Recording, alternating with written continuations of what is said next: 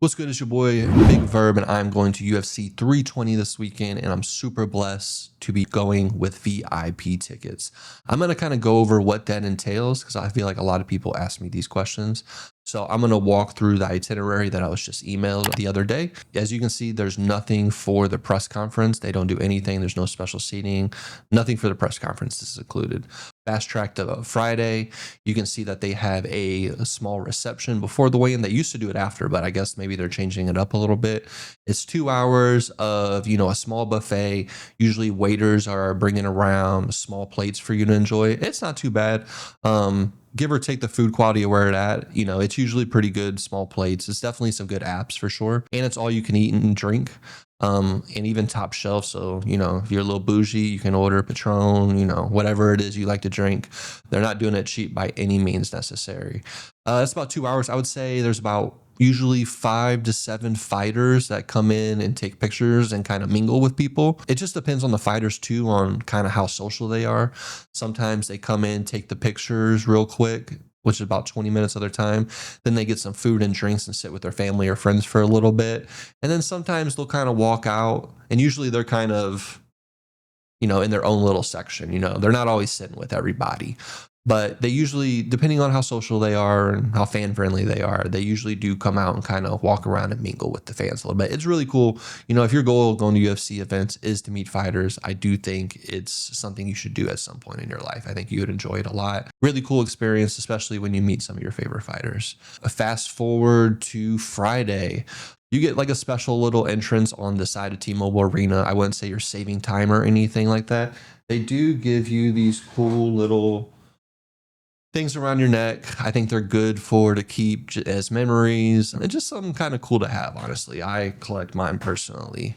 The one thing that's included with when you go to the fight is the Ghost Lounge, which the Ghost Lounge is an all-you-can-eat lounge and drink. I don't know why I said all-you-can-eat. Like I said, still top shelf. The buffet at the Ghost Lounge is uncomparable, 5 stars. It's all high-quality food. It's not hot dogs and nachos that you get at the stands.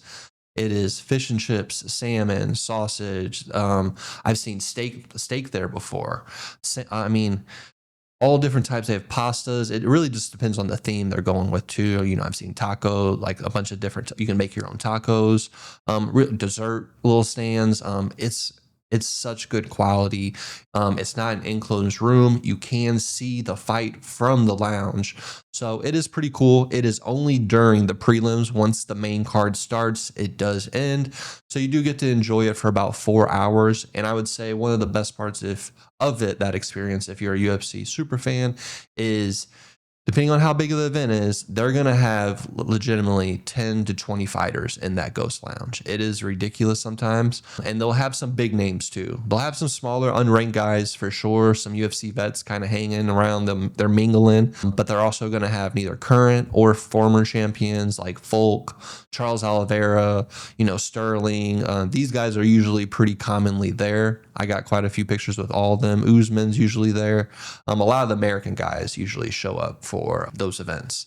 But yeah, I think it's a great opportunity if you want to meet your fighters, mingle with them, be a little social, and not have to go to these meet and greets where there's like these super long lines. And yeah, I think it's worth it. I don't think it's something you need to do every event by any means because it is very pricey. But I do think with some buddies, it's a cool one-time experience. I do recommend doing it in Vegas because I think Vegas has the best setup. They have everything. I've done it outside of Vegas and it's just not the same. They don't have the same resources. They don't have the same just connections with places. I've just found in my experience, Las Vegas, if you're going to do VIP, do it in Vegas. It's the best place to do it. If you have any questions about VIP, feel free to drop something in the comments. Shoot me a DM, whatever it is. I will be making a follow-up video about the VIP. Let me know what you guys think, and I'll see you in the next video after the fights.